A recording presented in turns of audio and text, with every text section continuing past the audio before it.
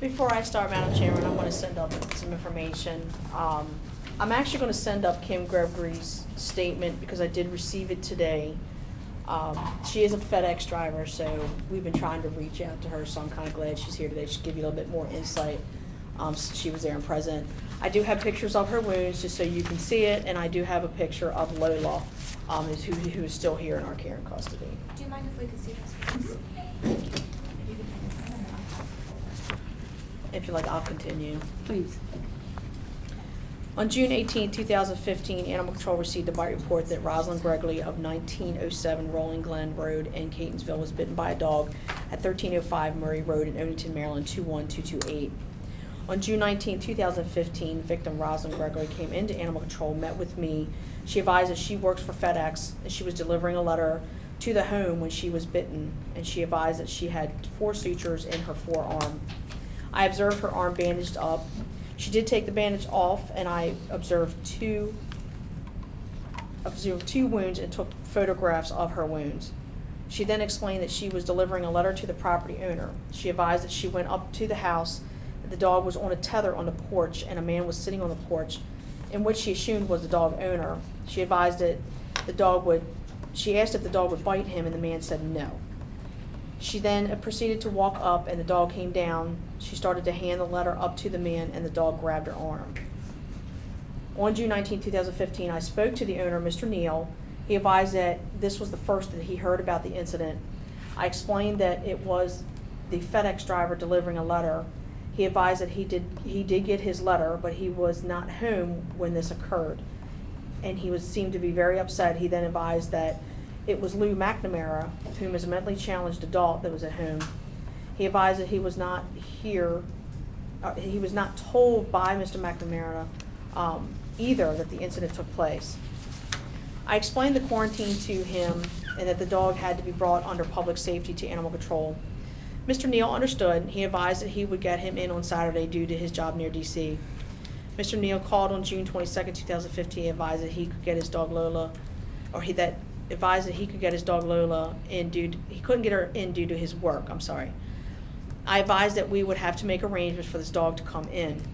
On June 19th, also in 2015, I received an email from Miss Barbara McNamara, is the sister of Lou McNamara. She advised her brother had a stroke 10 years ago, which left him physically and mentally challenged. He advised that his mentally acuity seems to have been deteriorating recently, and his words and actions reflect his diminishing capacity. I contacted Barbara via phone to discuss the incident, and she advised that she was concerned of the incident. I did advise her that he didn't tell Mr. Neal that the incident happened. She advised of her brother's memory since the stroke is not good. On June 23, 2015, owner Mr. Neal brought his dog Lola in to be quarantined.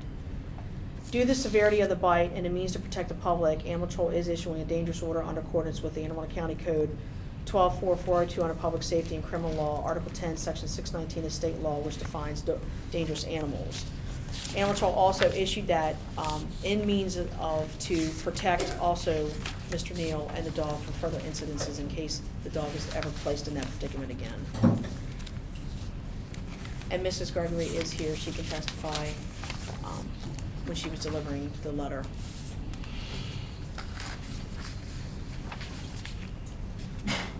Okay. Mrs. Gregory. Is that pretty much? Oh, is that okay. pretty much what I'm saying? Do I need to stand up? No, No. you can stick. As I'm kind of familiar with the dog, and I have delivered there before, but this is my first time actually coming to the porch. Usually I will, before the boats were there, I would deliver on the side of the porch. And the week before, I actually delivered it in the garage, because the garage door was open and the radio was on, and nobody responded to my hello, but I just left the package there. This particular day when I went, the elderly gentleman was on the porch. He came toward the landing, because he was like midway in the porch, came toward the landing. Lola, which I now know that's her name, her leash was wrapped around the chair, but it was not secure, because as I walked up, I asked him twice. I said, will she bite me? And he said, no, she's never bitten before. And then the second time I said, are you sure? He said, no, she won't bite. So I'm slowly going up the steps. I went up 3 steps, Lola came down 2. I extended my arm and she got me right there. And she let go. She just bit and let go. I didn't know she was a pit bull. I just knew she looked like a short lab. So finally, I found out she was a lab pit bull mix. Okay. Anybody have any questions of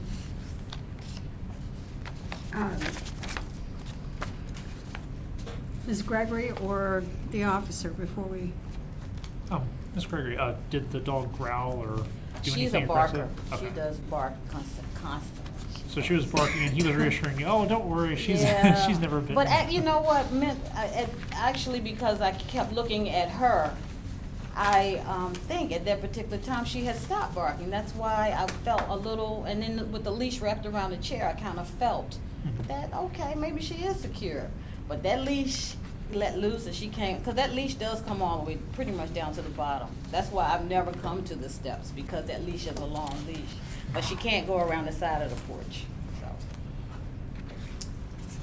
If I may ask a question of Ms. Gregory. Yes. Ms. And Gregory, your name is? My name is Colleen Kirby. Okay. I'm representing Mr. Neal. Ms. Gregory, how is your arm doing today? It's healing pretty good. I Okay. still have one that hasn't totally closed up, but Okay. the other ones have Good, closed. I'm glad to hear that. Thank you. Okay. Would you like to tell us? Yes, I would. yourself? First of all, I am sorry about the incident, and I hope you're healing well. Thank you, I appreciate that. Just pass As this it- picture. Well, can we pass forward just another picture of Lola? I think it's a little bit better if maybe you could see her in her yard, not behind the, not behind the bars in the kennel. And Mr. Neal will tell you a little bit about Lola's background and what she's comprised of. Yeah. Lola her father was actually a full-bred Labrador, and the mother was a mixed breed, I believe had some pit bull in her. But on the day in question, I was at work, and I believe it was a Thursday. I didn't get notified of this until a Friday. But Mr. McNamara is a roommate of mine, and he has had a stroke. And I know that he's not very agile on his feet. He walks with a cane. And what I do, my morning routine is, when I get up, I take Lola out to the backyard with her leash, let her do her business, then I bring her back in. The lead that is on the front porch is positioned such that Mr. McNamara, because he cannot control the dog with a regular leash, he will pull her down. I make it so that if he is going to go out or feels the dog needs to go outside, he can take the lead, he can secure the dog on the inside of the house, and then when he is out on the porch, it's just enough of a lead to get her down the steps and just to the grass if she has to do her business. And we do have photographs that two of them will pass forward. And the chair is not always there, it's just to give you a reference point as to how far the lead comes out Right. into the yard. Right, there's two shots here. One is from the street, and it's showing where the chair is, the lead is attached to the back of the chair, fully extended. And it's 25 feet from the mailbox to the lead, and the lead only allows her 10 feet off of the porch. And this is the two pictures that demonstrate that. I guess, Mr. Neal, given with this incident, what steps are you planning to take moving forward to ensure that this never happens to anyone Being again? that Mr. McNamara it does seem to be losing his mental capacity more so, I had a conversation with his sister Barbara prior to this incident happening, being that he is getting to the point where it's failing. So what I'm putting in place of Mr. McNamara is taken out of the equation and doesn't have any interaction with dealing with taking the dog and securing it at all. I did get a kennel set up in the backyard on a concrete slab. I do have pictures to show that. Talk about your procedure. What would be your procedure My- getting up in the morning? My procedure would be changed in a fashion that such, instead of me going and taking the dog out like I normally would, I would take her out back now to a kennel that it has a secure, it's on a concrete pad, it's a dog kennel, and it has a lock on it. So what I would do in the morning is take her out, let her do her business on the lawn, and then I would secure her in the kennel with a lock, and she would not be able, no one would be able to tamper with her or get to her until I returned from work that evening, where I could bring her back out of the kennel on a secured lead and, do her evening walk with her. What about in terms of inside the property? So you would get up in the morning and walk her, correct? Correct. Okay, and then what would you do before you leave for work? Well, before I would leave for work, like I said, I would typically walk her in the backyard and then I would secure. But what I also did was I did clean a room out. I have a spare bedroom. I did clean a room out. that has a locking door, and I acquired a dog crate. So if anybody ever does come onto the property that's not familiar with the dog or has to come in the house, that I could secure the dog in a locked room in a dog crate. And I do have pictures that show that, you know, the room is. It's my understanding that once you leave for work, the dog will go into this room, It- in the locked room, and you'll take the key so that Lou cannot get to the dog at all. It'll either be there or she'll be secured in the backyard in a kennel that has a lock on it also. And I have pictures to show that I have set this kennel up in the past week. I have a lock to secure it. Does it have covered shelter for bad weather? I haven't actually done that much further, but it would be very easily done. I can easily tarp the top, but there is a dog house for shelter in the kennel. And that does show what I have set up. Okay.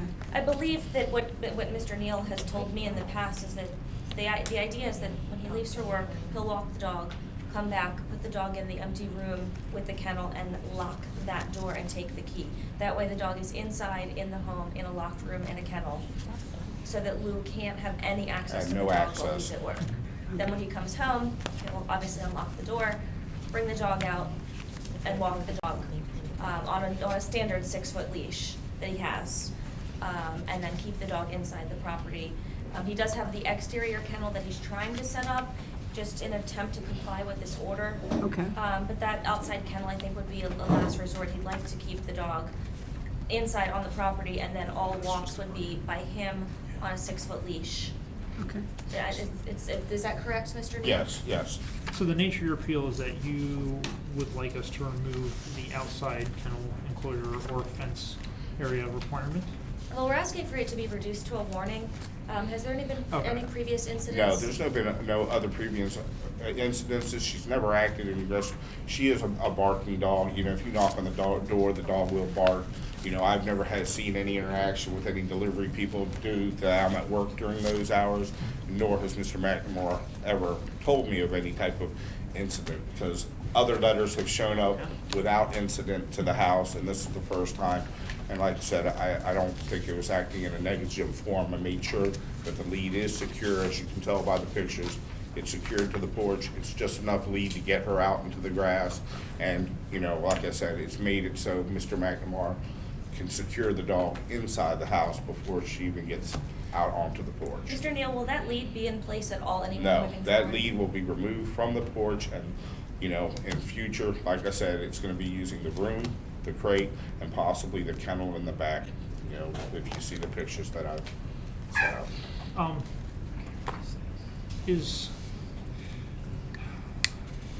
don't know. As far as your setup and the way you have your property arranged, do you own the property? Yes, we do. Okay.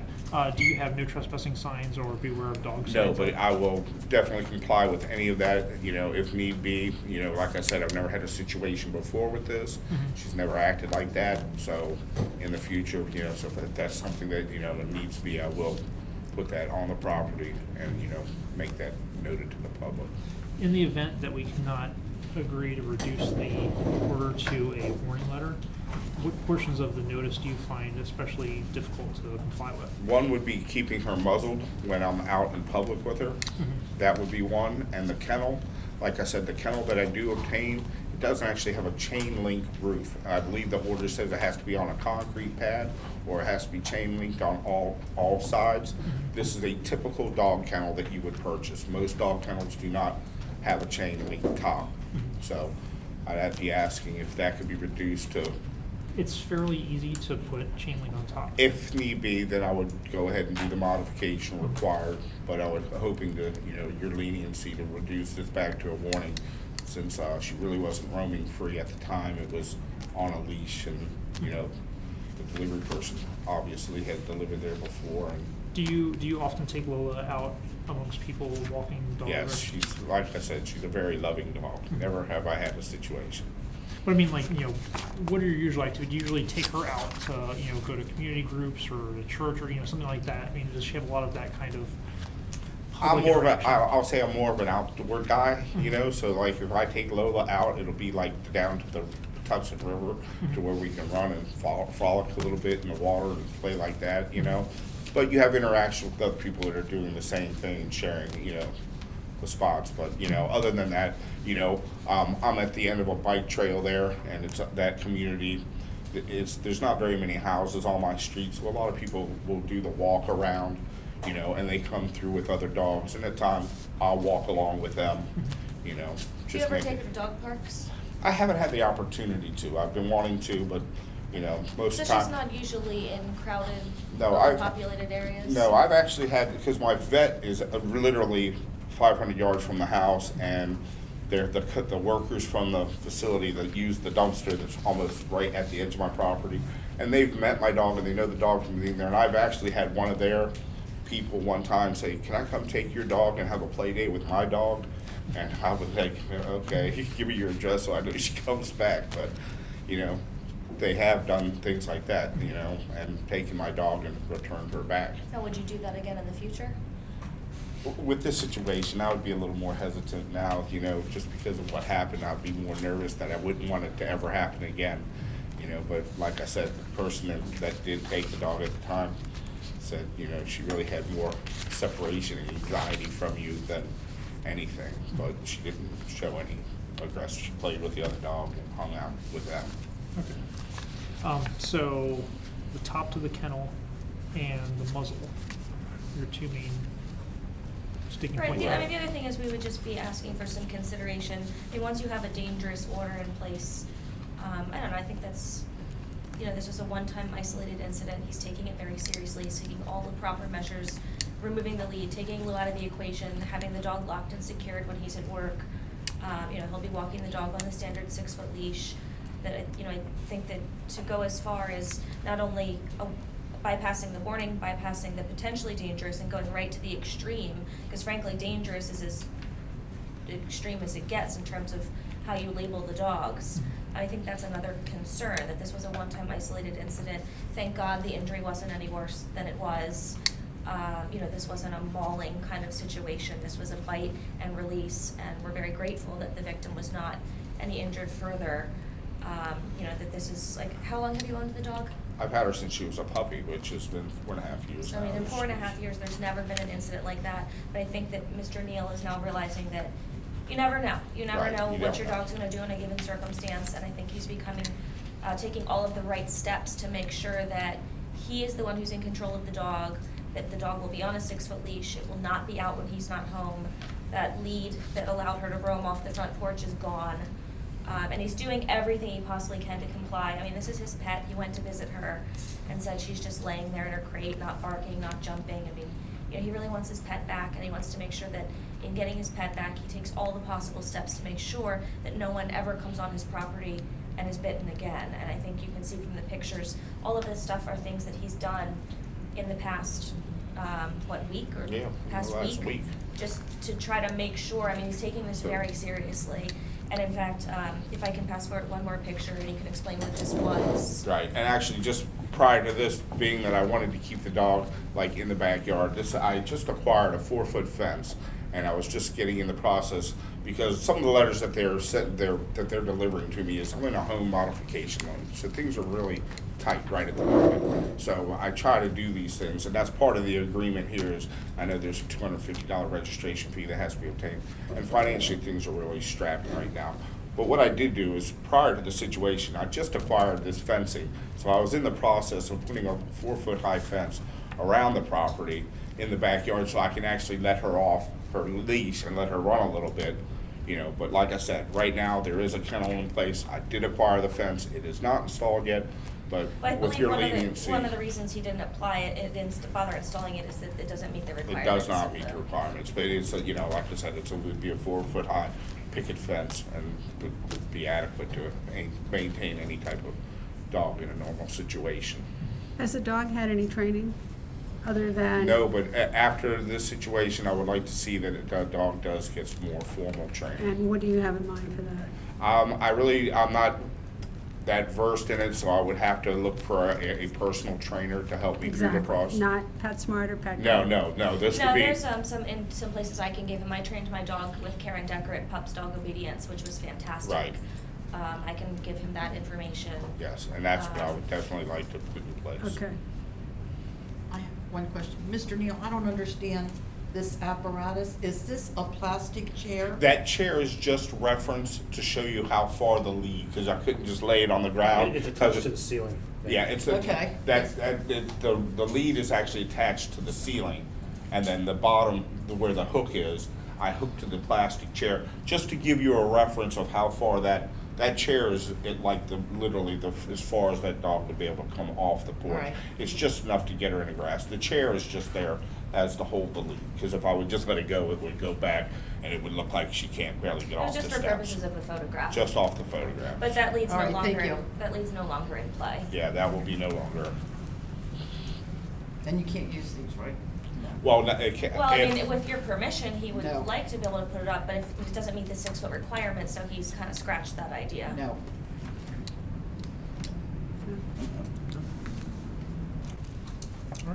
Okay.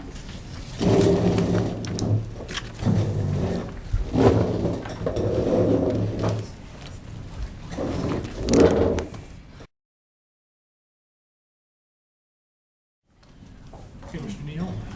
The unanimous decision of the commission to go ahead and drop the order from a dangerous order to a potentially dangerous order, okay? So that's what we've decided to do today. Any questions? What is a potentially dangerous order? I don't know the familiarity with those. Same thing as a dangerous order, except the licensing fee drops from $250 to $100 per year. So everything else, all the stipulations are the same as that? Yeah, you've pretty much done everything that was stipulated in there, so it's already, you've already done it all. The only thing you need to do is to make sure the top of that kennel is covered with chain link fencing. Now, what is the process since Lola's still being held? Once he gets it covered, what does he do? He from calls there? and They'll come out. schedules. Right, a- he can call me tomorrow, I'll be here tomorrow, and I can go over it with him, the potential dangerous order, because I still have to type it, you still have to sign it. We'll go over it together to make sure that you got everything, so that there's no loopholes. So when you got everything, if you got everything, I'll come out to the property, do an inspection, we can get her out of here. Okay, great, thank you very much. And we did see her back there. She's very calm. Very calm. Yeah. So very- Okay. And, we strongly recommend you get some training. I will. I'll definitely take care of it. Thank you very much. Thank you I very appreciate your much. time. Have a good day. Thank you. Please have a good day. Thank you. No problem, take care. I'll contact you.